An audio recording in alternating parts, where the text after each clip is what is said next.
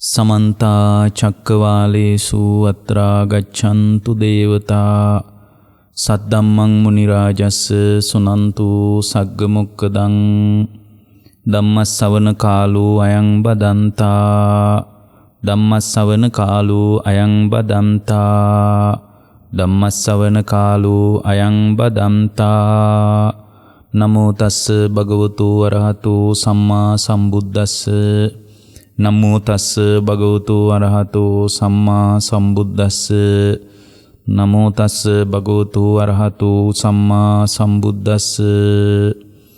ඒ අපගේ ශාස්ත්‍රු වූ සම්මා සම්බුදුරජාණන් වහන්සේට අප හැම දිනාගේම নমස්කාරය වේවා. සුපින්වත්නි, ඔබ හැම දිනාම මේ මොහොතේ ඊ타ම ශ්‍රද්ධාවෙන් ධර්ම ශ්‍රවණය කරන්නටයි බණ අහන්නටයි බලාපොරොත්තු වන්නේ. පින්වත්නි, බුද්ධ දේශනාව පරිපූර්ණ විග්‍රහයක්. දැන් පරිපූර්ණ විග්‍රහයක් කියලා කියන්නේ ඒක සියලු ආකාරයෙන්ම ප්‍රශ්න කරන්න බැරි විදිහේ, ඒ කියන්නේ ප්‍රශ්න නොකළ යුතුයි කියන එක නෙමෙයි. සියලු ආකාරයේ ප්‍රශ්න කිරීම ඉදිරියේ නොසෙල්වෙන, සියලු ආකාරයේ ගැටලු වලට ඕනෑම ගැටලුවක් පිළිබඳ ඊටාම පැහැදිලිව निराकरणය කරගන්න ලැබෙන ඊටා සුන්දර ධර්ම පරියායක්. එතකොට එවැනි සුන්දර ධර්ම පරියායක් අපට මුණ ගැහිමම විශාල ලාභයක්. ඇත්තටම ලෝකේ පරිපූර්ණයි කියලා අපි හිතන දේවල් ඇත්තටම පරිපූර්ණ නැහැ.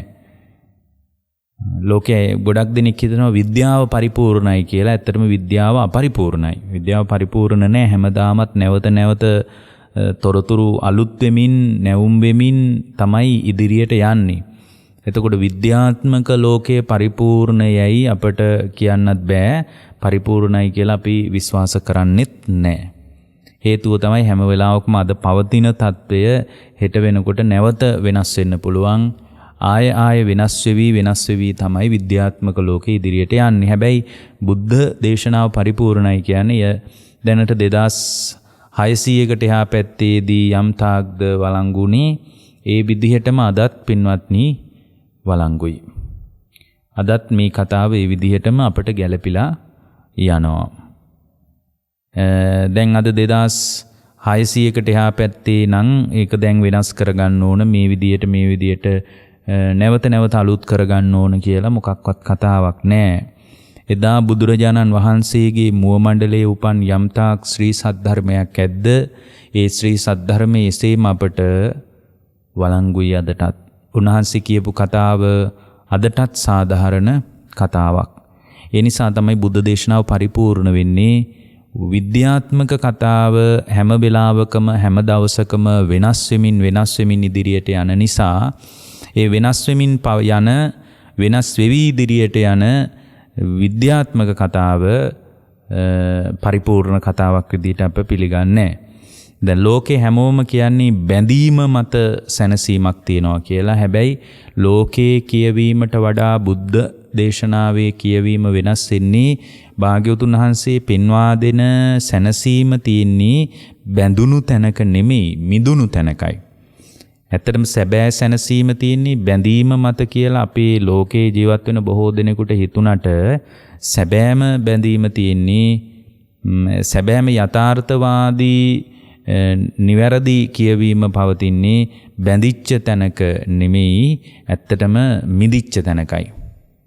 එතකොට බැඳුණු තැනක පවතින්නේ නැති මිදුණු තැනක පවතින අතිශය සුන්දර පණිවිඩයක්. ඒ කියන්නේ අමුතු විදිහේ කතාවක්, වෙනස් විදිහේ කතාවක් තමයි භාග්‍යවතුන් වහන්සේ අපට උගන්වන්නේ. අතට මේ බුදුරජාණන් වහන්සේගේ පහළවීමත් එක්ක භාග්‍යවතුන් වහන්සේ පෙන්වා දෙන සම්පූර්ණයෙන්ම ධර්මමය කියවීමත් එක්ක, ධර්මමය විග්‍රහයත් එක්ක අපට පේන දෙයක් තමයි මේක ඥානවන්තයන්ටමයි ගෝචර වෙන්නේ කියන කතාව. මේක සාමාන්‍ය කෙනෙකුට ගෝචර වෙන්නේ නැහැ. ඊටාම සුපිරි පෙළේ ඥානයක් තියෙන මිනිහෙකුට තමයි මේ ධර්මයේ අතිශය සාධාරණ වෙන්නේ. නුවණින් විමසීම තියෙන, ඊටාම හොඳ පරිකල්පනයක් තියෙන, නිරන්තරයෙන් ප්‍රශ්න කරන්න පුළුවන්. සම්පූර්ණයෙන්ම නැවත නැවත Tamanගේ තියෙන පරණ දෘෂ්ටි ටික අයින් කරලා ධර්මයේ තුලින් නැගී හිටින්න කැමැත්තක් තියෙන, ඒ කියන්නේ අර හනමිටි අදහස් තියෙන මිනිස්සෙකුට මේ ධර්මයේ යාවත් කාලීන වෙන්නේ නැහැ එයාගේ ජීවිතේට. ඒකට හේතුව තමයි මේ ධර්මය ගලපා ගන්න ශ්‍රාවකෙක් ඥානවන්ත වේ යුතුයි. ඒ ඥානවන්ත භාවයේ මතමයි මේ ධර්මයට සුදුසෙක් බවට පත් වෙන්නේ. බුද්ධ කාලේ පුදුම තරම් ඥානවන්ත පිරිසක් ඉඳලා තියෙන පින්වත්නි. ඒ අය සමහර විට ධර්මයත් එක්ක ගනුදෙනුවක් තිබුණේ නැහැ. නමුත් ඒ ඊටාම ඉහළ ඥානවන්ත පිරිසක් පහළ වුණු යුගයක තමයි අපගේ බුදුරජාණන් වහන්සේ පහළ වෙන්නේ. ඒ කියන්නේ ඥානවන්ත මිනිසුන්ගේ ස්වභාවයට, ඥානවන්තයින්ගේ ආකෘතියකට අදාළ වන විදියටයි භාග්‍යවතුන් වහන්සේ ධර්මයේ කිව්වේ. අනිත් එක ඥානවන්තයින්ටයි ඒ ධර්මයේ පෑහුනේ. නමුත් හැමෝටම මේ ධර්මයේ ජීවිතේට ගැලපුණ නැති වුණත් ಭಾರತේ භාග්‍යවතුන් වහන්සේ පහළ වුණු සමකාලීන ඉගැන්වීම් වල තිබුණු ආකෘතිය සැබවින්ම පින්වත්නි ඥානවන්තයින්ගේ යුගයක්. සමහරට ඒගොල්ලෝ බමුණෝ වෙන්න පුළුවන්. සමහර විට ඒගොල්ලෝ ආජීවකයෝ, පරිබ්‍රාජිකයෝ, නිගණ්ඨයෝ ඇසුරු කරපු අය වෙන්න පුළුවන්. නමුත් ඒ අයට තිබුණා මහා පිරිපුන් ප්‍රඥාවක්, පිරිච්ච ප්‍රඥාවක් තිබුණා. ඒ පිරිච්ච ප්‍රඥාව තුළින් තමයි ඒ අය ලෝකේ දැක්කේ ඇත්තටම. ලෝකය ඒ විදිහට දකිනකොට ඒ අයට තේරුණු දේ තමයි ලෝකේ අපි හිතන විදිහේ සුන්දර එකක් නෙමෙයි කියන එක. දැන් මම ඔකට උදාහරණයක් කියන්නම්. බුදුරජාණන් වහන්සේගේ කාලේ එක්තරා ඇත්තම අපේගේ ඇත්තම බුදුරජාණන් වහන්සේ වඩිනකොට දැන් අද තමයි ලොකු පූජා, 84000 පහන් පූජා, ලොකු මල් පූජා, සුවඳ කූරු පූජා, අටපිරිකර පූජා, මේ ලොකු පූජා අද තමයි තියෙන්නේ. ඇත්තටම අපගේ බුදුරජාණන් වහන්සේ වඩිනකොට උන්වහන්සේ වෙනුවෙන් සමහර වෙලාවට මේ දානි ටිකක් දෙන්න කෙනෙක් ඉඳලත් නැති අවස්ථා තියෙනවා. මොකද බුදුරජාණන් වහන්සේ පහළ වෙන්නේ සමකාලීන ಭಾರತೀಯ කියවීම ASCII ඊටාම මේ දරුණු විදියට බුදුරජාණන් වහන්සේට විරෝධයක් ගොඩ නැගිලා තියෙද්දී තමයි බොහොම පරිස්සමට මේ ධර්මයේ කියාගෙන ගිය. එකට හේතුව තමයි එක පැත්තකින් බ්‍රාහ්මණයන්ගේ ප්‍රශ්න, එක පැත්තකින් ශ්‍රමණ කණ්ඩායම් වල ප්‍රශ්න. මේ ශ්‍රමණ සම්ප්‍රදාය සහ බ්‍රාහ්මණ සම්ප්‍රදාය කියන මේ දෙකම එකට පවතිද්දී බොහොම පරිස්සමට තමයි බුදුරජාණන් වහන්සේගේ ධර්මයේ මතුවෙන්නේ. ඒතකොට ඒ කාලේ සමහර වෙලාවට දානි ටිකක් හම්බෙලා නැහැ. දැන් ඔකට හොඳම උදාහරණයක් තමයි මම ඔය කියන්න උත්සාහ කළේ. ඒක තෝන කියලා බමුණු ගමකට බුදුරජාණන් වහන්සේ භික්ෂු සංඝයා පිරිවරාගෙන වැඩම කරනවා. ඒ භික්ෂු සංඝයා පිරිවරාගෙන බුදුරජාණන් වහන්සේ වැඩම කරනකොට එදා බුදුරජාණන් වහන්සේ ඉදිරියේ ඒ බමුණු ගමේ සියලුම දෙනා යම් කතිකාවතකට එනවා. අද ශ්‍රමණ ගෞතමයන් ප්‍රධාන පිරිස අපේ නගරයට වැඩියාම අපි දානි ටික නොදීමු කියලා. අද අපි කවුරුත් දානි දෙන්නේ නැහැ. එයා ඕන නම් ඇවිල්ලා මෙහිමීට කැරකිලා වැඩම කරපුවාවි කියලා මේ ඒ බමුණු ගමේ ප්‍රධාන පෙළේ බමුණෝ එකතු වෙලා යම් තීරණයක් ගත්තා. ඊට පස්සේ ඒ තීරණේ බමුණන් සියලු ගෙවල් වලට දැනුම් දුන්නා. දැන් දැනුම් දුන්නේ අද ශ්‍රමණ ගෞතමියෝ ප්‍රධාන විශාල සංඝයා දානෙට වඩිනවා. කිසි මිනිහෙක් අද දානි දෙන්න එපා, දොරක්වත් අරින්න එපා කියලා දොරවල් වහගෙන ඉන්නකෝ. මොකද මෙයාලා දැනගන්න නැති කල් වේලා ඇතුව බුදුරජාණන් වහන්සේ අර ගෙපිලි වලින් වඩිනකොට මොවුන්ගේ ගමට තමයි අද පිණ්ඩපාතයට වඩින්නේ කියලා මේ අය දැනගන්න ඇති. ඒ දැන ගැනීමට අනුව තමයි මේ අය තීරණය කරන්නේ නැත්තේ අපි දානි නොදීමු කියලා. පින්වත්නි, මේ විදියට බුදුරජාණන් වහන්සේ භික්ෂු සංඝයා පිරිවරාගෙන එදා ඒ නගරේ තනින් තැන පිණ්ඩපාතේ වැඩියා. ඒ ගමේ එක මිනිහෙක් දොරක් ඇරලා නැහැ. ඔන්න බලන්න, දැන් අපි අද අටපිරිකර පූජා, දෙතිස් ව්‍යංජන පූජා එක්ක පූජාව මේ පිළිම වහන්සේට තිබ්බට අපි සරණ ගියේ ඇත්තම බුදුරජාණන් වහන්සේ සමහර දවස්වලට දානි හැන්දක් මිනිස්සු දීලා නැහැ, දොර වහලා තිබිලා තියෙනවා. ඒ තමයි අපේ ඇත්තම බුදුරජාණන් වහන්සේ. ඔය මල්ලාසනේ වැඩ ඉන්න රෝස පාට සිරිපා සටහන් සහිතව වැඩ ඉන්න බුදුරජාණන් වහන්සේට වඩා අපි සරණ ගියේ ඇත්තම බුදුරජාණන් වහන්සේ. ධර්මයේ තුලින් අපි දකින බුදුරජාණන් වහන්සේ කකුල් දෙක වෙහෙසෙනකන් ඇවිදලා තියෙනවා. මෙන්න මේ යථාර්ථය තේරුම් ගන්නේ නැතුව දුක හමාර කරගන්න බෑ. මිනිස්සු හිතාගෙන ඉන්නවා නම් බොහොම රෝස පාට සිරිපතුල් සහිතව මල්ලාසනේ නිලුම් මලක් උඩ වැඩ ඉන්න බුදුරජාණන් වහන්සේගේ ආකෘතිය තමයි අපි සරණ ගිය බුදුරජාණන් වහන්සේගේ ආකෘතිය කිව්වොත් උන්වහන්සේ දේශනා කරපු ධර්මයක් අපට පැටලෙන්න පුළුවන්. මොකද අපි උන්වහන්සේ සාමාන්‍ය මිනිස්සෙක් කියන ස්වභාවයෙන් පිළිගන්නවත් අපේ ලෑස්තියක් නැති බවක් එතන පේන්නේ. දැන් බලන්න මේ ගමේ උන්වහන්සේ පින්නපාතේ වඩිනවා කිසි මිනිහෙක් දානි ටික දීලා නැහැ. දැන් කවුරුවත් දානි දෙන්නේ නැහැ. දැන් දවල් වෙනකොට උන්වහන්සේ තැනක් ගානේ වැඩම කරලා සම්පූර්ණයෙන්ම මේ ගමන හමාර කරලා උන්වහන්සේ සාමාන්‍යයෙන් ටිකක් වෙලා යනකොට දැනගත්තා මේ හැමෝම සැලසුම් කරලා තමයි ගෙවල් වල දොරවල් වහලා තියෙන්නේ කියලා. භාග්‍යතුන් වහන්සේ සංඝයා ආයෙ එකතු කළා. එකතු කරලා කිව්වා මහණෙනි අපි අද මේ ගමින් පිට වෙමු කිව්වා. මහණෙනි අද කොච්චර වැඩම කළත් දානි නම් හම්බ වෙන්නේ නැහැ. මහණෙනි බොහෝ පිරිසක් අපාගාමී වෙනවා මේ විදියට වැඩ කරලා. බොහෝ පිරිසකට අයහපත පිණිස පවතින්න පුළුවන් මේ කාරණය. ඒ නිසා මහණෙනි අපි මේ නගරයෙන් පිට වෙමු කියලා ඔන්න සංඝයාට බුදුරජාණන්සේ මතක් කළා. ඉතින් හොඳමයි කියලා සංඝයාත් භාග්‍යවතුන් වහන්සේ කැටුව දැන් නගරයෙන් මේ ගමින් මේ බමුණු ගමින් එළියට වඩින්න හදනකොට ටිකක් ඒක එදා මං හිතන්නේ රස්නේ දවසක් වෙන්න ඇති.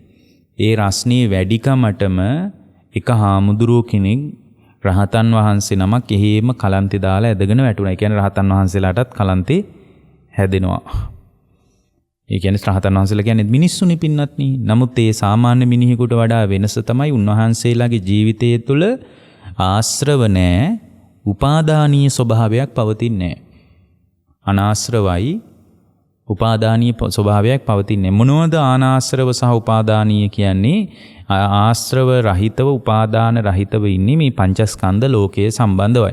ඒ නිසා උන්වහන්සේලාට පංචස්කන්ධයක් පවතිනවා, පංච උපාදානස්කන්ධයක් පවතින්නේ නැහැ. උන්වහන්සේලා තුල පංචස්කන්ධ ධර්මයක් විතරක් නිතර පවතිනවා. නමුත් ඒ පංචස්කන්ධයේ ආශ්‍රව සහිතව උපාදානයේ වීමක් උන්වහන්සේලාගේ ජීවිතය තුල දකින්න ලැබෙන්නේ නැහැ. දැන් මේ ස්වභාවය කියලා කියන්නේ උන්වහන්සේලා මේ මනුෂ්‍ය භාවයේ අභිබවා ගියා කියන එකද? සාමාන්‍ය මිනිස්සෙක් තුල පවතින පංචස්කන්ධ ලෝකේ ක්‍රියාත්මක වෙන්නේ නැති බව හැබෑව. නමුත් මේ මිනිහෙකුට දැනෙන දැනීම මාත්‍රා උන්වහන්සේලාටත් අවසාන දැනීම තුල පවතිනවා. හැබැයි මේ දැනීම තුල තණ්හාවේ සම්මිශ්‍රණයක්, උපාදානයේ මිශ්‍රණයක්, ආශ්‍රව සමග කලවම් වීමක් ඒ තුල දකින්න ලැබෙන්නේ නැහැ. ඒක තමයි එකම වෙනස. බැලූ බැල්මට සමහර විට හොයන්නත් බෑ. බාහිරින් බැලුවාම හොයන්න බෑ. දැන් අපි කෙලින්ම පින්වත්නි කෙනෙක්ගේ ආධ්‍යාත්මය හොයන්නේ කොණ්ඩේ කපලා තියනවද, රවුල කපලා තියනවද, සිවුර කොහොමද පොරවන්නේ? මෙන්න මේ කාරණා ඔස්සේනේ අපි කෙනෙක්ගේ ආධ්‍යාත්මය මනින්නේ. නමුත් ඇත්තටම අපගේ බුදුරජාණන් වහන්සේගේ ශ්‍රාවක සංඝයා බාහිර ප්‍රතිරූපය ඔස්සේ, බාහිර චර්යාව ඔස්සේ හොයන්න පුළුවන්කමක් තිබුණ නැහැ. දැන් ඒක හොඳටම තේරෙනවා. බුදුරජාණන් වහන්සේගේ කාලේ වැඩ හිටිය ලකුණ්ඨක බද්දිය වගේ මහරහතන් වහන්සේලාට මිනිස්සු විහිළු කරලා තියෙනවා. ඒත් මිනිස්සු සමහරලාවට කනත් මිරිකනවලු. මේ සුළු පියාණෙනි කොහොමද කියලා. මොකද එච්චරට උන්වහන්සේ අසීමිතව මිටි. ඉතින් මිනිස්සු විහිළුවට ගත්තා. මිනිස්සු දැනන් හිටියේ නෑ මේ ආශ්‍රව සහිතව උපාදාන රහිතවයි මේ උන්වහන්සේ වැඩ ඉන්නේ කියලා. මිනිස්සු බැලූ බැලමට මිනිසුන්ට ඒක පෙනුන්නේ නෑ. මිනිසුන්ට ඒක දැනගන්න විශේෂ ආකෘතියක් තිබෙත් නෑ. එතකොට මිනිස්සු සමහර වෙලාවට බුදුරජාණන් වහන්සේ ළඟටම ගිහින් අහලා තියෙනවා අපි මේ වැඩම කලේ මිහිරට බණ කියන, ඊටාම සුන්දර විදියට ධර්මයේ කියන, ඊටාම ලස්සනට බණ කියන හාමුදුරුවෝ කෙනෙක් වැඩ ඉන්නවලු මේ නගරේ. උන්වහන්සේ බොහොම ලස්සනට බණ කියනවා කියලා ආරංචියක් තියෙනවා. ඒ නිසා උන්වහන්සේගෙන් බණ අහගෙන යන්නයි අපි ආවේ කියනකොට උන්වහන්සේ කියනවා මහණෙනි ඔය ලකුණ්ඨක බද්දිය හාමුදුරුවෝ තමයි ඔය ගේට්ටුව ළඟ හිටියේ. ඔබලා ඔය කනත් මිරිකලාවේ උන්වහන්සේගෙන් කියලා කියනකොට මේ මිනිස්සු අනේ පුදුම වෙනවලු. අනේ උන්වහන්සේ මෙච්චර මිහිරට බණ කියද්දී අපිට හොයාගන්න බැරි වුණා මේ වගේ අසීමිතව මිටි වුණ ස්වාමීන් වහන්සේ නමක් මේ කියලා. ඒ කියන්නේ අපිට තේරෙනවා බාහිර ප්‍රතිරූපෙන් හොයන්න බෑ. සාමාන්‍ය මිනිහෙක්ගේ ආකෘතියමයි පවතින්නේ. හැබැයි වෙනස තියෙන්නේ මානසික ක්‍රියාවලිය තුළ. ඒ මානසික දැන් ඔබ දන්නවනේ පංචස්කන්ධය කියන්නේ සම්පූර්ණයෙන්ම නාම ධර්ම ටිකක ක්‍රියාත්මක වීමක්. පංචස්කන්ධය කියන්නේ මේ භෞතික ශරීරයේ චර්යාවට ලඝු කරන්න පුළුවන් සම්පූර්ණයෙන්ම පටිපාටියක් ක්‍රියාවලියක් නෙමෙයි. ඒක හුදු නාම ධර්ම ටික ක්‍රියාත්මක වීමක්. අන්නේ නාම ධර්මවල උපාදානීය ගතියක්. උපාදානීය ස්වභාවයක් විතරයි උන්වහන්සේලාට නැත්තේ. නැතු රූපස්කන්ධයේ විශාල පරිවර්තනයක් වෙනවා කියලා අපිට කියන්න බෑ. බාහිර රූපේ විශාල වෙනසක් වෙනවා කියලා හොයන්න බෑ. ඉතින් උන්වහන්සේලාට අර උපාදානීය ගතියත් ඒ වගේම ආශ්‍රව සහිත බවත් සම්පූර්ණයෙන්ම දුරු වෙලා පංචස්කන්ධ ධර්මයේ ක්‍රියාත්මක වෙනවා. දැන් මෙතන මේ හාමුදුරුවෝ එළියට වඩින්න හදනකොට එක හාමුදුරුවෝ කෙනෙක් එහෙම කලන්තේ දාලා ඇදගෙන එතන වැටිලා තියෙනවා. කලන්තේ දාලා ඇදගෙන වැටෙනකොට එක බැමිණියක් ටිකක් මේ උඩු මහල් තලයේ අය ගෙදර උඩ ඉඳලා තියෙන උඩ ඉඳලා බලාගෙන හිටියා මේ එකපාරම හාමුදුරුවෝ කෙනෙක් මේ පහලට වැටෙන සිද්ධිය. එකපාර ඇදගෙන වැටෙනවා. එතකොට ඇයට එකපාර අනුකම්පාවක් උපන්නා මගේ ගෙදර ඉස්සරහා අහිංසක මිනිහෙක් ඇදගෙන වැටුණා නේද? ඒකයි යාට හිතෙන්නේ. මගේ ගෙදර ඉස්සරහා අහිංසක මිනිස්සෙක් එහෙම ඇදගෙන වැටුණා නේද? අහිංසක මිනිස්සෙක් වැටුණා. එතන මේ සංඝයා රහතන් වහන්සේලා බුදුරජාන් වහන්සේගේ ශ්‍රාවකයෝ මේ කතා මොකක්වත් ඇයිගේ හිතට ආවේ නැහැ. මනුස්සකමයි මතුවුනේ එකපාරම. හෘද සාක්ෂිය තුල මානව හැඟීමක් මතුවුණා. මිනිස්සෙක් ඇදගෙන වැටුණා. එච්චරයි. එයා පැවිද්දෙක්ද රහතන් වහන්සේ නමක්ද බුද්ධ ශ්‍රාවකයෙක්ද ශ්‍රමණ ගෞතමයන් පිටිපස්සෙන් ආපු කෙනෙක්ද මේ ඔක්කොම පරයා මිනිස්සු කියන කුලකයට දාලා ඇය දැක්කේ අනේ අපේගේ ඉස්සරහා අහිංසක මිනිහෙක් ඇදගෙන වැටුණා නේද කියලා. ඒක දැක්කහම එකපාරම පින්වත්නි මේ සිද්ධිය දැකලා මේ කාන්තාවගේ හරියට හිත වේදනාවක්, හිතේ කඩා වැටීමක්, හිතේ පසුතැවීමක්, හිතේ බිඳ වැටීමක් ඇයට මතු වුණා එකපාරම. ඒ පසුතැවීම වැඩිකමට එකපාරම මේ කාන්තාව ගෙදරින් පහලට බැහැලා අර ගෙදර තිබුණු වළඳ භාජනයකට වතුර ටිකක් අරගෙන ඇවිල්ලා හිමීට වටපිට බැලුවා. දැන් බමුණොන්ගේ කතාව අතික්‍රමණය කරලායි අය මේ වැඩේ කරන්නේ. වටපිට බලලා හිමීට දුවගෙන ඇවිල්ලා අර වතුර ටික පාත්‍රයට දාලා, මැටි පාත්‍රයේ උන්වහන්සේගේ අතේ තිබුණා. ඒ මැටි පාත්‍රයට දාලා මේ කාන්තාව අනිත් පැත්තට ඊටාම වේගයෙන් ගෙදරට දුවගෙන ගියා. ගෙදරට වේගයෙන් දුවගෙන ගියාට පස්සේ උන්වහන්සේලා තින් පැන් වළඳලා හිමීට වඩින්න නැති.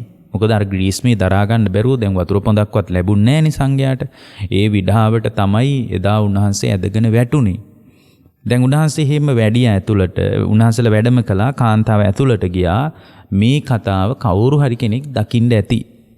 දැකලා මේක දැකලා එක කවුරු හරි මිනිස්සෙක් දකින්න පුළුවන් නේ හම්බෙන්.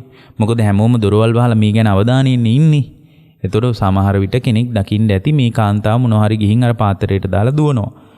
ඉතින් මේ කතාව හවස් වෙනකොට මේ බමුණු ගම පුරාම පැතිරිලා ගියා. අහවල් ගෙදර අහවල් බැමිණිය මේ ශ්‍රමණ ගෞතමයන්ගේ ශ්‍රාවකයෙකුට පැන් පූජා කරලා වතුර දීලා තියෙනවා. සමහරට තව වැඩියෙන් කතාවකුත් යන්න ඇති. සාමාන්‍ය මිනිස්සු අතර කතාවක් යනකොට එහෙමනේ. දානෙම දුන්නා කියලා කතාව ගියක් දන්නෙත් නැහැ. ඉතින් මේ පැන් වතුර දීලා තියෙනවා කියලා කතාව ගියාට පස්සේ බමුණෝ එකතු වෙලා නඩු ඇහුවා. නඩුව අහලා බලන්න ඒ කාලේ තිබ්බ බොහොම භයානක බිහිසුණු දඬුවම් තිබිලා තියෙනවා. ඇයට හම්බුණු දඬුවම තමයි ගල් ගහලා මරන්න තීරණය කරලා තියෙනවා. දැන් ওই සමහර මැද පෙරදිග රටවල් වල තියෙන දඬුවම් වලටත් වඩා ඊටාම භයානක, ඊටා ප්‍රචණ්ඩ දඬුවමකට තමයි මේ කාන්තාව යටත් වෙන්නේ. ඒකට ඇයට වෙන්නේ ගල් ගහලා මරන්න. ඇය කිව්වා මම වරදක් කළේ නෑ. මම එක්තරා ස්වාමින්වහන්සේ නමකට ඒ ස්වාමින්වහන්සේද රහතන් වහන්සේද ඒවා මට අදාළ නෑ.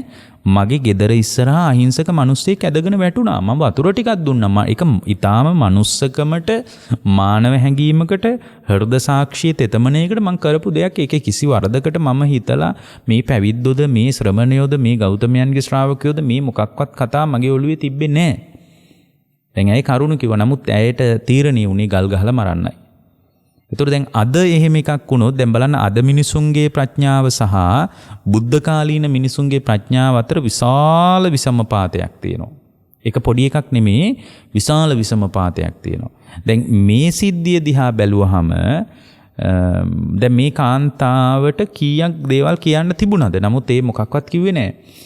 ඇය තීරණය කළේ හොඳයි මම කරපු මගේ මනුස්සකමට නියම වන දඬුවම ගල් ගහලා මරණ එක නම් මම ඒකට කැමතියි. දැන් බලන්න මේ ප්‍රඥාව. දැන් අද සද්ධාවන්තයිම කියලා හිතන සද්ධාව නිකන් දෝරේ ගලන මිනිස්සු ඉන්නවනේ. ශ්‍රද්ධාව උපරිමයට කිඳා බහැපු අය සද්ධාව සම්පූර්ණයෙන් ශරීරේ පුරාම වැగిරෙනවා වගේ පෙන්නන සහ එහෙම බුද්ධ ශ්‍රාවකයෝ කොටසක් ඉන්නවනේ. ඒක ඊටාම හොඳ දෙයක්. මොකද ශ්‍රද්ධාව කියන්නේ බුදු සමී මූලික පදනමට අයිති අතිවාරමේ තියෙන මූලික ලක්ෂණයක්නේ. ඒතකොට අතිවාරමට අයිති ප්‍රධාන පෙළේ දෙයක් නම් සද්ධාව. ඒක අපිට ඊටාම අවශ්‍ය දෙයක්. එතකොට දැන් අද එහෙම කෙනෙකුට ඔය වගේ සිද්ධියකට අහඹු ලෙස මුහුණ දෙන්න වුණා කියලා අපි නිකන් උපකල්පනයක් කරමු. අහම්බෙන් ඒ වගේ අත්දැකීමකට මුහුණ දෙන්න වෙනවා. සැලසුම් කරලා නෙමෙයි. නමුත් අහම්බෙන් ඒ වගේ දේවල් වෙන්න පුළුවන් නේ.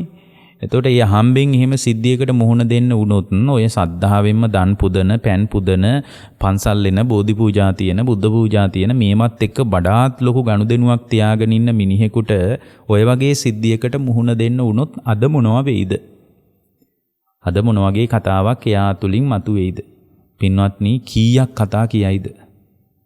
සමහර විට කෙනෙකුට හිතෙන්න පුළුවන් අනේ මේ හාඳුරන්ට වැටෙන්න තැනක් නැතුවද මගේ ගේ ඉස්සරහම වැටුනේ කියලා. සමහර වෙලාවට ද්වේෂයෙන් පටිග සිතක් හදාගෙන මම මේ හාමුදුරුවන්ට වතුර ටිකක් දීලා මම වැටිච්ච අමාරුවක් මේ හාමුදුරුවන්ට වෙන තැනක් යන්න තිබ්බේ නැද්ද? මගේ කරුමිට මේ ඉස්සරහටම ආවා කියලා ඒ සමහරට සංඝයාත් එක්ක පවා පැටලි ඇස් දෙක පියාගන්න. ඒ කාලේ මිනිසුන්ට පුදුම ප්‍රඥාවක් තිබුණා. මේ මිනිසුන්ට මේ ධර්මයේ ගැළපිලා යන ගතියක් තිබුණා. මොකද බුදුරජාණන් වහන්සේගේ කාලේ පහළ වෙන්නේ බොහෝම ප්‍රඥාවන්ත මිනිස්සු. එතකොට මේ ධර්මයට ඇතිවෙන කැමැත්ත මුල් කරගෙන ඒ අය මේ ධර්මයේ තුලින් නැගී හිටියා. සමහර විට බරපතල විදියට දෘෂ්ටිගත වෙච්ච විවිධ දෘෂ්ටීන්ට අහුවෙච්ච මිනිස්සු. නමුත් ඒගොල්ලෝ මේ ධර්මයේ ඇහෙනකොට ඒගොල්ලොන්ගේ අර තිබ්බ දෘෂ්ටිය එක පැත්තකින් තියලා බොහොම නිදහසේ හොඳින් කන් දුන්නා ධර්මයට. බොහොම ඒක ඊටාම නිදහසේ කන් දුන්නේ. බොහොම නිදහසේ අර කියන එක හොඳට අහගෙන හිටියා. ඒ කියන එක හොඳට කනට වැටෙනකොට ඒ කියන දේ මුල් කරගෙන ඒ අය මේ දැනගත්තා සත්‍ය මොකද්ද අසත්‍ය මොකද්ද කියලා. ඒ ඔස්සේ තමයි බොහෝ දෙනෙක් ධර්මයේ පැත්තට ඇවිල්ලා තියෙන්නේ. මොකද මේ පළවෙනියෙන් බුද්ධ ශ්‍රාවකයෙකුට මේ පංච උපාදානස්කන්ධය ගැනීම අපි මේ බණ කියනවා තමයි. නමුත් මේ ධර්මයට බැහැ ශ්‍රාවකයෙකුට පළවෙනියෙන් ධර්මයේ මුල් කරගත්ත බලවත් ඡන්දයක් තියෙන්න ඕන. කෙනෙක් කියන්න පුළුවන් ඡන්දේ කියන්නේ කොහොම ඡන්දේ නිකම් මේ ඡන්දේ කියනකොට අපිට අර කතිර ගහන එකන්නේ ඔළුවට එන්නේ. නමුත් ඡන්දය කියලා මෙතන කියන්නේ කැමැත්තනේ. එතනත් කැමැත්ත තමයි. නමුත් මේ කැමැත්ත නිසා කැමැත්ත නිකන් තණ්හාවට බර වචනයක් වගේනේ අපිට හිතෙන්නේ. කැමැත්ත කිව්වම නිකන් තණ්හාවත් එක්ක සම්මිශ්‍රණය වෙච්ච නිකන් අමුතු වචනයක් අපේ ඔළුවට එන්නේ. කැමැත්තෙන් කොහොමද කැමැත්ත නසන්නේ? කැමැත්තෙන් කොහොමද ඡන්දයෙන් කොහොමද ඡන්දේ නසන්නේ වගේ කතා හිතෙන්න පුළුවන්. පින්වත්නි, ඡන්දයෙන්මයි ඡන්දේ නසන්න තියෙන්නේ.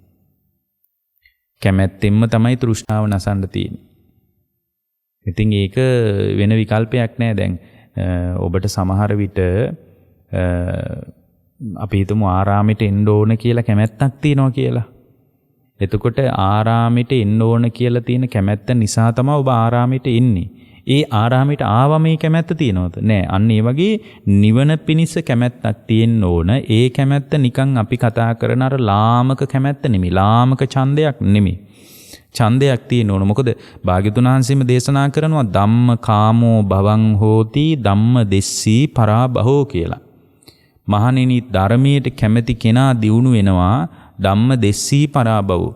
ධර්මයට ද්වේෂ කළොත්, ධර්මයත් එක්ක කෝන්තර හදාගත්තොත්, ධර්මයත් එක්ක අරුබුද හදාගත්තොත්, ධර්මයත් එක්ක පැටලුනොත්, ධර්මයත් එක්ක ඇවිස්සීලා ගියොත්, අන්නේ ඇවිස්සිච්ච කෙනා ගිය කෙනා ධම්ම දෙස්සී පරාබහෝ. එයාව කඩා වැටෙනවා කියනවා. ඒ නිසා මේ ධර්මයේ කෙරෙහි ඇතිවෙන කැමැත්ත බුද්ධ ශ්‍රාවකයෙකුට ඊටාම වැදගත් දෙයක්. දැන් ඔය කෝකාලික සූත්‍රය වගේ දේශනාවල තියෙනවා සමහර ස්වාමීන් වහන්සේලා මේ ධර්මයත් එක්ක ද්වේෂය හදාගත්ත. ධර්මයත් එක්ක පැටලුණා. පින්වත්නි, ධර්මයත් එක්ක පැටලෙනවා කියන්නේ සත්‍යයත් එක්ක පැටලෙනවා කියන එක. සත්‍යයත් එක්ක ගැටෙනවා කියන එක මේ ලෝක ධර්මතාවයට උහුල ගන්න අමාරු විදිය දෙයක්. ඒ කියන්නේ ලෝක ධර්මතාවයත් එක්කයි යා ගැටෙන්නේ. සත්‍යයත් එක්ක ගැටෙනවා කියලා කියන්නේ ලෝකේ සදාතනික ලෝකේ රිද්මයත් එක්කයි යා පැටලෙන්නේ. ලෝකේ න්‍යායත් එක්කයි. දැන් කෝකාලික භික්ෂුව වගේ භික්ෂුවක්. ඇත්තනම කෝකාලික සූත්‍රයේ තියෙනවා කෝකාලික හාමුදුරුවෝ විශාල පැටලීමකට ලක් වෙනවා. ඒ පැටලීම තමයි කෝකාලික හාමුදුරුවෝ සාරිපුත්ත හාමුදුරුවොත් එක්කත් ප්‍රශ්නයක් හදාගත්තා. අන්තිමටම බුදුරජාණන් වහන්සේ ළඟට ගිහින් එක වෙලාවක කියනවා ඔය දේවදත්ත පාර්ශවයට වඩාත් කිට්ටු භික්ෂුවක් කෝකාලික කියන්නේ. මේ කෝකාලික හාමුදුරුවෝ බුදුරජාණන් වහන්සේ මුණ ගැහිලා එක වෙලාවක සාරිපුත්ත හාමුදුරුවෝ ගැන කියනවා මේ ස්වාමීනි මේ සාරිපුත්ත කියන්නේ කිසි ගුණයක් නැති කෙනෙක්. මේ සාරිපුත්ත කියන්නේ එහෙම එච්චර සත්පුරුෂයෙක් නෙමෙයි. සාරිපුත්ත හාමුදුරුවෝ මේ දැනුත් මම අත්විඳ දෙයක් ඔබ වහන්සේ මං කියන්නේ වහයිද දන්නේ නැහැ.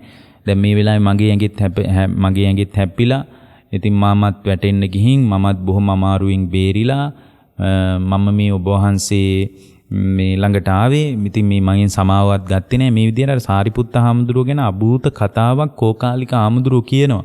ඒ වෙලාවේ බුදුරජාණන් වහන්සේ කියනවා හා කෝකාලික එහෙම කියන්න එපා කියලා. ඒතර බුදුරජාණන් වහන්සේට පවා කෝකාලික භික්ෂුව දොස් කියලා තියෙනවා. ඒතර මේ ගැටෙන්නේ ධර්මයත් එක්ක. මේ පැටලෙන්නේ සත්‍යයත් එක්ක. මේ පැටලෙන්නේ ධර්මයත් එක්ක. ඒක අපි හොඳට තේරුම් ගන්න ඕන පින්වත්නි.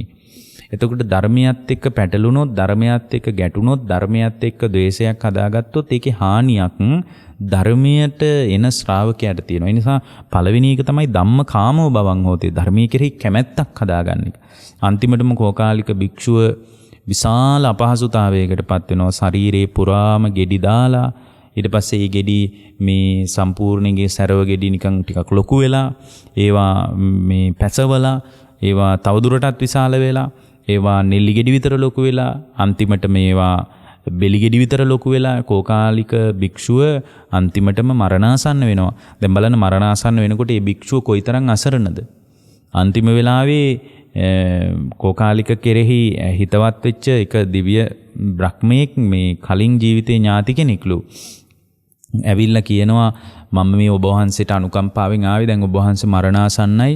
මේ දැන් හිත හදාගන්න, ඔය ද්වේෂය අයින් කරන්න. ඔබ වහන්සේගේ ওই පටිගේ නිසා ඔබ වහන්සේ විශාල අමාරුවක වැටෙන්නේ. එහෙම කියද්දි පවා කිව්වලු ඔයා කොහේ ඉඳලාද ආවේ?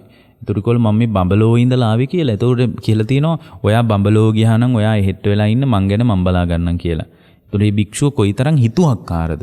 ඒතර මේ ධර්ම මාර්ගයේ යන භික්ෂුව හෝ ගිහියා හෝ බොහොම නිහතමානීව ධර්මයට ඇහුම්කන් දෙන්න ඕනේ. ධර්මයට ඒ ඇහුම්කන් දීම තුලයි කැමැත්ත නැති වෙන්නේ.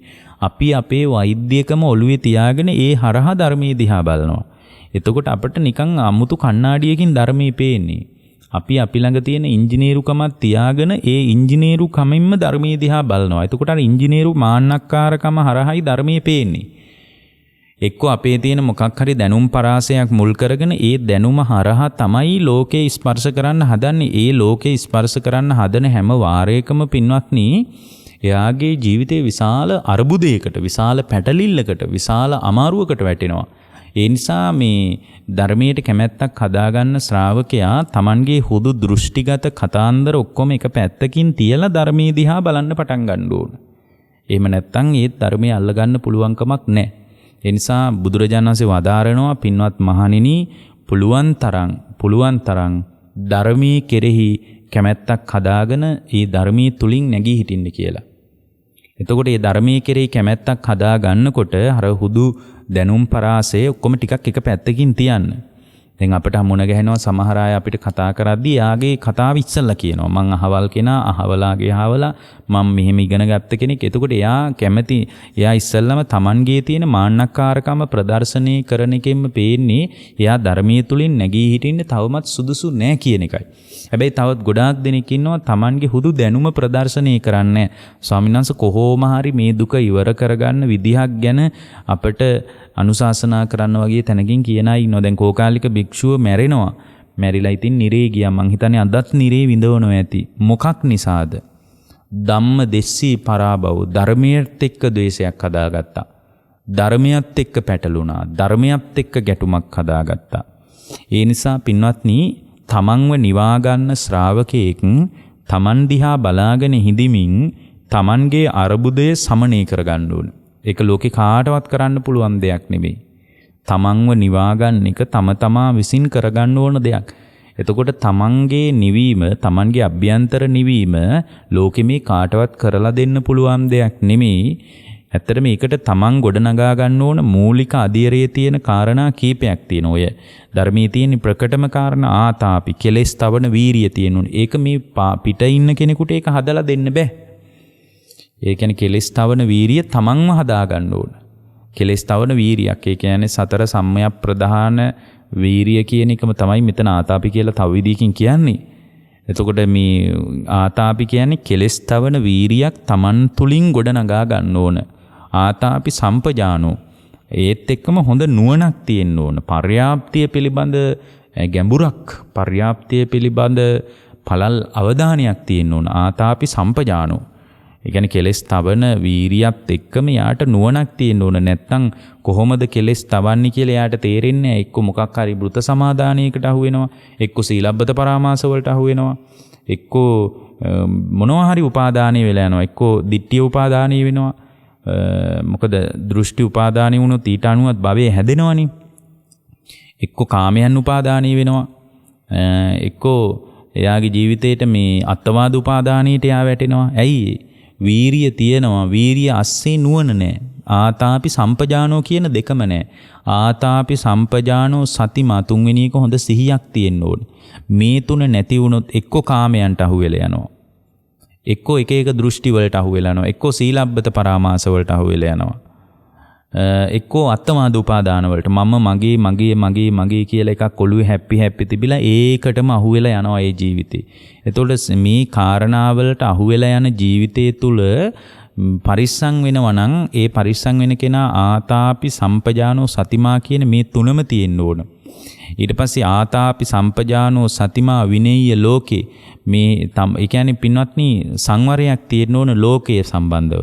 මෙතන විනේය ලෝකයේ කියලා ලෝකය කියලා කියන්නේ Tamanගේ මේ ඉන්ද්‍රිය ලෝකය.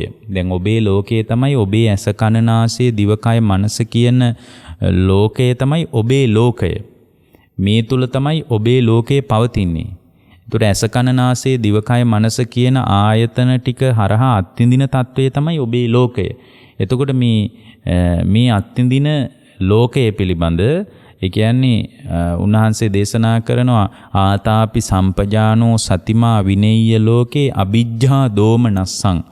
එතකොට අ비ජ්ජා දෝමනස්සම් කියලා කියන්නේ ගැටීම් දොම්නස් දුරු කරමින් ධර්ම මාර්ගය තුල ජීවමාන වෙන්න උත්සාහ කරන එකයි ඊටාම වැදගත් කාරණේ වෙන්නේ. ඒ නිසා භාග්‍යවතුන් වහන්සේ වදාළ මේ කාරණේ අපට ඊටාම වැදගත් කාරණයක්.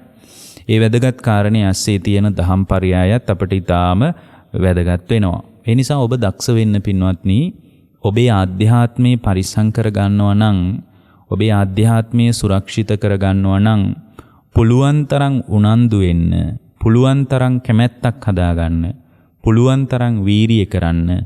Tamanගේ අභ්‍යන්තරය තුල මේ කියන ස්වල්ප ගුණධර්ම මත ජීවමාන වෙන්න. එතකොට මේ ජීවමාන මෙන්න මේ කාරණා වලින් ඔබ ශක්තිමත් වෙන්න ඔබගේ ජීවිතයේ තුල අර උපාදානයට අහු යාමේ ලක්ෂණේ බැහැර වෙනවා. දැන් අද නම් ওই සියල්ලටම වඩා කාමයන් උපාදානයේ වීමේ බරපතල අරුබුදේ වැඩි. ඒ කියන්නේ කාමයන්ට අහු වෙලා යන ගතිය හරිම වැඩි.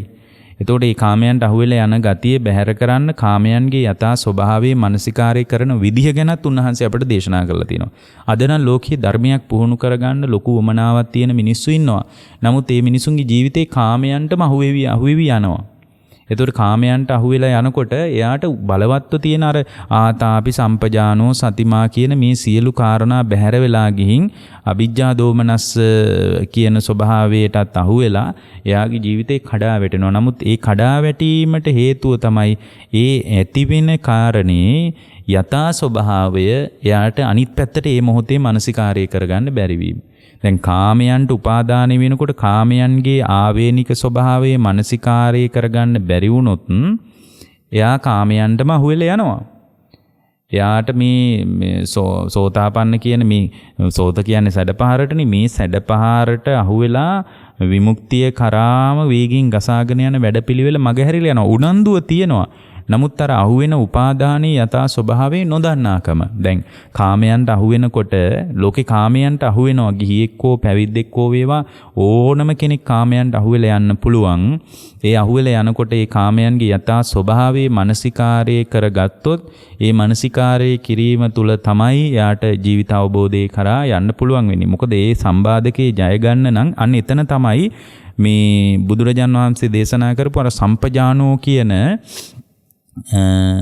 නුවණ ඊටා වැදගත් වෙන්නේ. දැන් කාමයන්ට අහු වෙනකොට කාමයන්ගේ යථා ස්වභාවය අපට මානසිකාරය කරගන්න පුළුවන් වෙන්න ඕන. දැන් ඒකේ උන්වහන්සේ මතක් කරනවා අට්ටි කංකලූපමා කාමා. කාමයේ කියන්නේ හරියට ඇටසැකිල්ලක් විදියට දකින්න කියනවා. දැන් බල්ලෙකුට ඇට කට්ටක් දැම්මට පස්සේ බල්ලා ඕක හපනවනේ. ඒතකොට හපන්නේ බල්ලාට හිතෙනවා ওই මස් කට්ටේ ඇතුලේ මොකක් හරි සාරයක් ඇති කියලා. ඒතර මස් කට්ට ඇතුලේ මොකක් හරි සාරයක් තියෙනවා කියලා හිතාගෙන බල්ලා මේක හපනකොට හපන්න මස් කට්ටම එක පැත්තකින් උල් වෙනවා. උල් වුණාට පස්සේ මේ බල්ලාගේ විදුරු මහ තුවාල වෙලා බල්ලාගේ ලේ රස බල්ලටම දැනෙන්න පටන් ගන්නවා. ඒතර බල්ලාගේ ලේ රස බල්ලට දැනෙනකොට බල්ලට ඔහොම එකක් තේරෙන්නේ නැහනේ. බල්ලා හිතනවා මේක ඇත්තටම මොකක් හරි මේ මස් කට්ටේ තිබුණුම සාරයක් කියලා. මේක නම් මස් කට්ටෙමයි තිබ්බේ කියලා බල්ලට හිතෙනවලු. එතකොට ඒක එහෙම දැනගත්තොත් බල්ලව අමාරු වැටෙන්නේ නැද්ද? බල්ලා දන්නේම නැතුව අමාරු වැටෙනවා. අට්ටි කංකලූපමා කාම. කාමයේ ඇටසැකිල්ලක් විදියට දකින්න කිව්වේ ඒකයි. ඒතකොට කාමයන්ට උපාදානීය වෙනකොට කාමයන් උපාදානීය වෙලා එයා උපාදානීයට අහුවෙලා යනකොට අනිත් පැත්තට කාමයන්ගේ ආදීනව මෙනෙහි කරලා කාමයන්ගේ යථා ස්වභාවයේ මනසිකාරය කරලා කාමයන්ගේ ඇත්ත කතාව තේරුම් අරගෙන කාමයන්ගේ නිදහස් වීම පිණිස අපට පාරක් හදාගන්න අපි දක්ෂ වෙන්න ඕන. අන්න එතන ඉඳලා තමයි මේ ආතාපි සම්පජානෝ සතිමා විනේය ලෝකේ අවිජ්ජා දෝමනස්සා කියන මේතා ප්‍රබල වාක්‍ය ඇස්සේ තියෙන ධර්මකාරණා ටික අපේ ජීවිතේට වැදගත් වෙන්නේ. නැතුව මේ ආතාපි කියන වීරිය විතරක් තිබ්බට මොකක්වත් කරගන්න බෑ පින්වත්නි. මංසපේසු උපමා කාම. කාමයේ කියන්නේ හරියට මස් වැදැල්ලක් විදියට දැක ගන්න පුළුවන් වුණොත් තමයි අපිට කාමයට අහු වෙනකොට, මොකද සංසාරය කියන්නේ කාමයට අහුවි කාමයේ තුලින් වැහි ආපු ගමනක් තියෙන්නේ. ඒතර කාමයන්ට අහු වෙලා ආපු ගමනේදී කාමයන්ට හසු නොවුණු ශ්‍රාවකෙක් විදියට නැගිටින්න පුළුවන් වෙන්නේ එහි යථා ස්වභාවය දැනගත්තොත් තමයි. ඊට පස්සේ උන්වහන්සේ මතක් කරනවා තිනුක්කූපමා කාම. කාමයේ කියන්නේ තනහුලක් විදියට දකින්න පුළුවන් වෙන්න ඕන කියනවා. ඊට පස්සේ සුපිනකූපමා කාම. කාමයේ කියන්නේ හීනයක් විදියට. දැන් හීනවල කීයක් ඒවා අපි දකින්නවද? එතකොට හීන දැකලා හීන ඔක්කොම දැකලා සමහරට මාලිගා වටිනා දේවල් ඔක්කොම දැකලා තමන් රජ වෙනවා දකින්නවා. තමන්ගේ තියෙන ආර්ථික ශක්තියක් තියෙන බව දකින්න ඔක්කොම දැකලා හීනෙන් අවදි වුණාම මොකුත් තියනවද? මොකුත් නැහැ. අන්න කාමයේ සුපිනකූපමා කාම. කාමයේ කියන්නේ හීනයක් විදියට දකින්න කියනවා. යාචිතකූපමා කාම. කාමයේ කියන්නේ මේ ණයට ගත්ත දෙයක් විදියට දකින්න කියනවා. යාචිතකූපමයි. මේ තවත් කෙනෙකුට අයිති දෙයක්. මොකද තවත් කෙනෙකුට අයිති දෙයක් පරිහරණය කරලා ඒ අයිති දේ පරිහරණය කරගෙන ඉදිරියට යනකොට ඇඳුමක් කියලා හිතන්න ණයට ගත්ත ඇඳුමක් තියෙනවා. ඒ ඇඳුම අර මිනිස්සයා ඉල්ලුවොත් ඔය ඇඳුම මගේ ඕක මට ඕන කිව්වම යා ඒ මොහොතේ ගලවලා දෙන්න ඕන. මොකද ඒක ණයට ගත්ත එකක්. කාමයේ කියන්නේ යාචිත කූපමා කාම. කාමයේ කියන්නේ ණයට ගත්ත දෙයක් විදියට දකින්න කියනවා. රුක්ක පලූපමා කාම. කාමයේ කියන්නේ පින්වත්නි ගහක ගෙඩියක් විදියට දකින්න කියනවා. කොයි වෙලාවෙ නටුවෙන් ගිලිහෙන්න පුළුවන් වෙයිද දන්නේ නැහැ. අසිනුකූපමා කාම. කාමයේ අසිපතක් විදියට කාමයේ අනතුරක් විදියට දකින්න කියලා උන්වහන්සේ මතක් කරනවා. සප්ප සිරූපමා කාම. කාමයේ කියන්නේ සර්පයෙක්ගේ බිහිසුණු හිසක් විදියට දකින්න කියනවා. මේ විදියට මේ කාමයේ විවිධාකාරයෙන් දකින ආකෘති අපි දැනගත්තේ නැති වුණොත් එහෙම කාමී උපාදානයේ වෙනකොට කාමයට අහු වෙලා යන්න පුළුවන්. අන්න එතන තමයි සම්පජානෝ මේ දැනුම කියන එක වැදගත් වෙන්නේ. ඒ නිසා මේ හැම වෙලාවකම ස්වල්ප ධර්මකාරණයක් හරි ග්‍රහණය කරගෙන ඔබ බැඳිලා යන උපාදානයේදී නැවත හිත පිහිටව ගන්න. මේ බැඳිලා ගිය එක අනිත්‍ය වෙන එකක්, දුක්ඛ සහගත තත්වයට අයිති එකක්, අනාත්මයලා යන එකක් කියලා පින්වත්නි එතනම ඔබේ දැක්ම හදාගන්න. එක්ක ඔබ අත්දකින්න යන සිද්ධාමයේ තුල ඇත්තටම මේ පංචස්කන්ධ ක්‍රියාවලියක්මයි මෙතන තියෙන්නේ. ඉතින් මේ පංචස්කන්ධ ධර්ම ටිකක් මගේ අවිද්‍යාව නිසා මගේම සංස්කාර ටිකකට මමම නැවත ආසාව හදාගෙන සංස්කාරවල උඩුදිවීමක් තමයි තියෙන්නේ කියලා දැක ගන්න පුරුදු වෙන්න. මොකද මෙතන විද්‍යාව කියන ස්වභාවය පහල කරගන්න නැතුව මේ ධර්ම මාර්ගයේ ඉදිරියට යෑමක් නැහැ. භාවනා කරත් කොච්චර කරත් වැඩක් නැහැ. අභිධර්මයේ කොච්චර පාඩම් කරගත්තත් වැඩක් නැහැ. පින්වත්නි ඔය සංයුක්ත නිකායේ සලායතන සංයුක්තයේ එක තැනක තියෙනවා අවිජ්ජා පහාන සූත්‍රය කියලා. එතකොට අවිජ්ජා පහාන සූත්‍රයේදී භාග්‍යවතුන් වහන්සේ අපට ඊටාම පැහැදිලිව පෙන්නලා දෙනවා. උන්වහන්සේ චක්කුංකෝ භික්කවේ අනිච්චතෝ ඥානතෝ පස්සතෝ අවිජ්ජං පහියති කියලා. පින්වත් මහණෙනි මේ යම් කෙනෙක් රූපය පිළිබඳ අනිත්‍ය වශයෙන් දැනගත්තේ නැත්තම් දැකගත්තේ නැත්තම් අනිච්චතෝ ඥානතෝ පස්සතෝ අවිජ්ජං පහියති. මහණෙනි රූපය පිළිබඳ අනිත්‍ය වශයෙන් දැනගන්න නැත්තම් දැකගන්න නැත්තම් අවිද්‍යාව ප්‍රහාණය වෙනවා කියලා දෙයක් මම පනවන්නේ නැහැ කියනවා. එතකොට රූපය පිළිබඳ අනිත්‍ය වශයෙන් මේක නිට්ටිය නෑ. මේක මේ තුල පවතින වෙනස් වීමක්, විපරිණාමයක්, කඩා වැටෙන ගතියක් පවතින්නේ. හැම වෙලාවකම වෙනස් වෙවි ඉදිරියට යෑමක් පවතින්නේ කියලා මේ රූපය පිළිබඳ අනිත්‍ය ස්වභාවය දැන ගැනීම තුලම තමයි පින්වත්නි අවිද්‍යාව ප්‍රහාණය වෙන්නේ. මේක තියෙන්නේ අවිජ්ජා පහාන සූත්‍රේ. ඒතර අවිද්‍යාව ප්‍රහාණය කරගන්න ශ්‍රාවකේකට මේ තමන් තුල පවතින ඉන්ද්‍රිය ක්‍රියාකාරීත්වය ආයතනයන්ගේ සිදුවන මේ ප්‍රතිලාභයේ සැබෑ ක්‍රියාකාරීත්වයේ තුල අනිත්‍ය වශයෙන් දන්නේ නැතුව අනිත්‍ය වශයෙන් දැක ගන්න නැතුව සම්පූර්ණයෙන්ම මේ දුකෙන් නිදහස් වීමක්, දුක හමාර කිරීමක්, දුකෙන් එතර වීමක්, අවිද්‍යාවෙන් නිදහස් වීමක් කවදාවත් දකින්න ලැබෙන්නේ නැහැ. එතනම උන්වහන්සේ මතක් කරනවා සංයුක්ත නිකායේ සලායතන වර්ගයේ අවිජ්ජා පහාන සූත්‍රයේදී චක්කුංකෝ භික්කවේ අනිච්චතෝ ඥානතෝ පස්සතෝ මේ අවිජ්ජං පහය. ඒ කියන්නේ සම්පූර්ණයෙන්ම ඇස පිළිබඳ අනිත්‍ය වශයෙන් දන්න කෙනාගේ, දකින්න කෙනාගේ තමයි මහණෙනි අවිද්‍යාව ප්‍රහාණය වෙන්නේ කියනවා. ඇසට හම්බෙන රූපය පිළිබඳ දන්න කෙනාගේ, දකින්න කෙනාගේ මයි කියන අවිද්‍යාව ප්‍රහාණය වෙන්නේ. කොහොම දන්න කෙනාගේද? අනිත්‍ය වශයෙන් දන්න කෙනාගේ. මේක වෙනස් වෙනවා කියන දන්න කෙනාගේ, විපරිණාමයට පත් වෙනවා කියලා දන්න කෙනාගේ, ස්ථිර නෑ කියලා දන්න කෙනාගේ තමයි අවිද්‍යාව ප්‍රහාණය. එහෙනම් විද්‍යාව කියන එක පවතින්නේ මේ පවතින ස්වභාවය අනිත්‍යයි කියන ධර්මතාවය අපිට ප්‍රායෝගිකව දැනගෙන නෑ, ප්‍රායෝගිකව දැකලා නෑ. ඒ දැකලා නැති නිසා අපි තවමත් අවිද්‍යාවේ අතපොත ගගා අවිද්‍යාව තුලම වහ වැටිලා ඉන්නවා. පින්වත්නි, ඇත්තටම භාග්‍යවතුන් වහන්සේ මතක් කරේ මේ අත්දකින්න ලෝකයේ තුල බාහිර ආයතන ක්‍රියාවලිය තුලත් අභ්‍යන්තර ආයතන ක්‍රියාවලිය තුලත් ඇත්තම කතාව තමයි කියන්නේ අභ්‍යන්තර බාහිර ආයතනවල යථා ස්වභාවය, යථා ක්‍රියාත්මක වීම තුල යං රූපේ අනත්තානුපස්සී විහෙරෙය. යම් කෙනෙක් පින්වත්නි රූපය පිළිබඳ අනාත්ම වශයෙන් දැක්ම හදාගත්තේ නැත්නම් දැන් මෙතන වෙන කතාවක් කියන්නේ.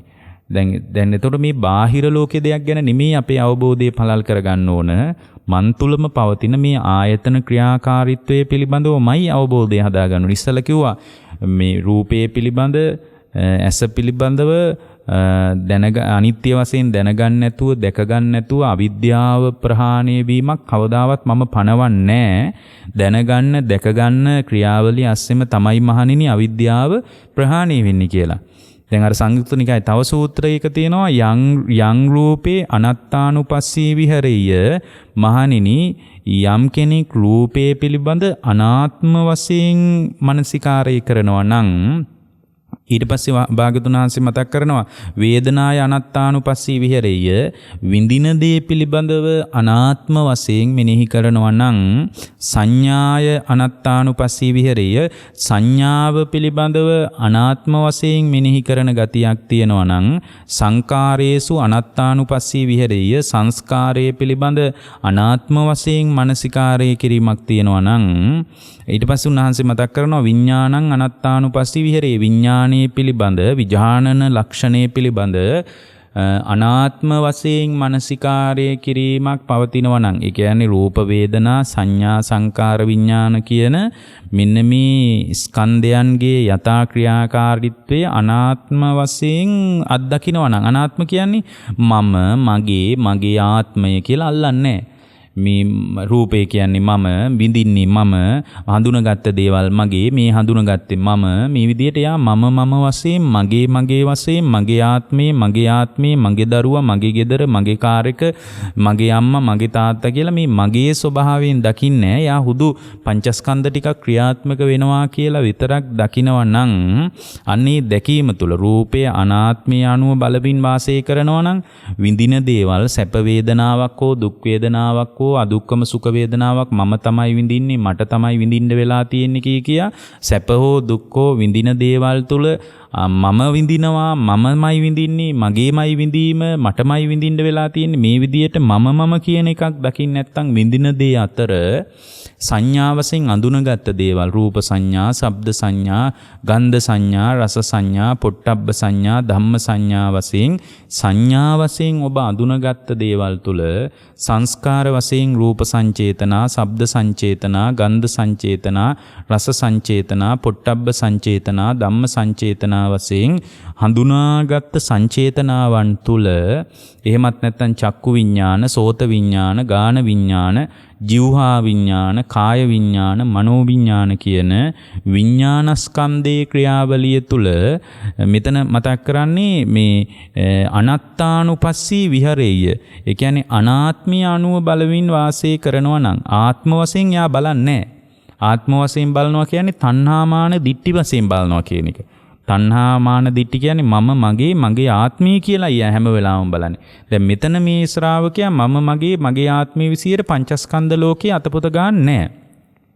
ඒ අතපොත ගන්න නැති නිසා පංචස්කන්ධයේ උපාදානයේ වීම නවතිනවා. එතකොට ඒ විදිහේ රූපේ අනාත්මය අනුව, වේදනාව අනාත්මය අනුව, වේදනා සංඥා සංකාර විඥාන සියල්ලය අනාත්මය අනුව බලමින් වාසය කරනවා නම් රූපං පරිජානාති. එතකොට යා රූපේ දැනගන්නවා. වේදනං පරිජානාති, විඳීම ගැන යා දැනගන්නවා. සංඥාව ගැන පරිජානාති, සංඥාව ගැන යා දැනගන්නවා. විශේෂයෙන් යා දැනගන්නවා සංකාරය පිළිබඳ දැනගන්නවා, විඥානය පිළිබඳ දැනගන්නවා. මොකද්ද දැනගන්නේ? රූප වේදනා සංඥා සංකාර විඥාන කියන පංචස්කන්ධයේ මගේ ආත්මය කියලා අල්ලන්න දෙයක් නැහැ. හට ගැනීමත් නිරුද්ධ වීමත් අතර දෝලණය වෙවි යන උඩුදුවන ක්‍රියාවලියක් තමයි ස්කන්ධවල යථා ස්වභාවය කියලා එයා දැන ගැනීම තුළ රූපං පරිජානාති, රූපය පිළිබඳ එයාට පරිජානනයක් උපදිනවා. මොකද්ද පරිජානනය? රූපය පිළිබඳ දැනගන්නවා. ජානාති දැනගන්නවා, රූපේ පරිජානාති යා විශේෂයෙන්ම දැනගන්නවා. ඇත්තටම විශේෂ වශයෙන් දැනගන්නේ මෙතන ස්කන්ධ ටිකක් විතරමයි ක්‍රියාත්මක වෙන්නේ. මේකේ උපාදානය කරන්න, බැඳිලා යන්න, ආත්ම වශයෙන් අල්ලන්න, මගේ වශයෙන් අල්ලන්න, මගේ ආත්මයේ වශයෙන් අල්ලන්න මේකේ ක්‍රියාත්මක විය යුතු දෙයක් නැහැ කියලා යා දැනගන්නවා. ඒ දැන ගැනීම නිසා පින්වත්නි පරිමුංචති රූපම්හා, එයා රූපේ සම්බන්ධව මිදීමක් ඇති වෙනවා. වේදනාය පරිමුංචති වේදනාය, වේදනා සම්පූර්ණයෙන් පින්වත්නි එයා වේදනාවෙන් එයා තුළ මිදීමක් හට ගන්නවා. ඊට පස්සේ සංඥාය පරිමුංචති සංඥාය, මේ සංඥාවෙන් එයා සම්පූර්ණයෙන්ම එයා තුළ මිදීමක් හට ගන්නවා. ඊට පස්සේ සංස්කාරය පිළිබඳ මිදීමක් හට ගන්නවා. විඥානයේ පිළිබඳ මිදීමක් හට ගන්නවා. එතකොට මේ මිදුනා කියන එක නිසා එයාට වෙන වාසිය තමයි පරිමුංචති දුක්ඛස්මාති, එයා දුකින්මයි නිදහස් වෙන්නේ. එහෙමනම් පංචස්කන්ධයෙන් නිදහස් වුණා කියලා කියන්නේ දුකෙන්මයි නිදහස් වෙන්නේ. ඒ දුකෙන් නිදහස් වෙන කෙනා ඇත්තටම මේ පංචස්කන්ධය අනාත්ම වශයෙන් දකින්නයි තියෙන්නේ.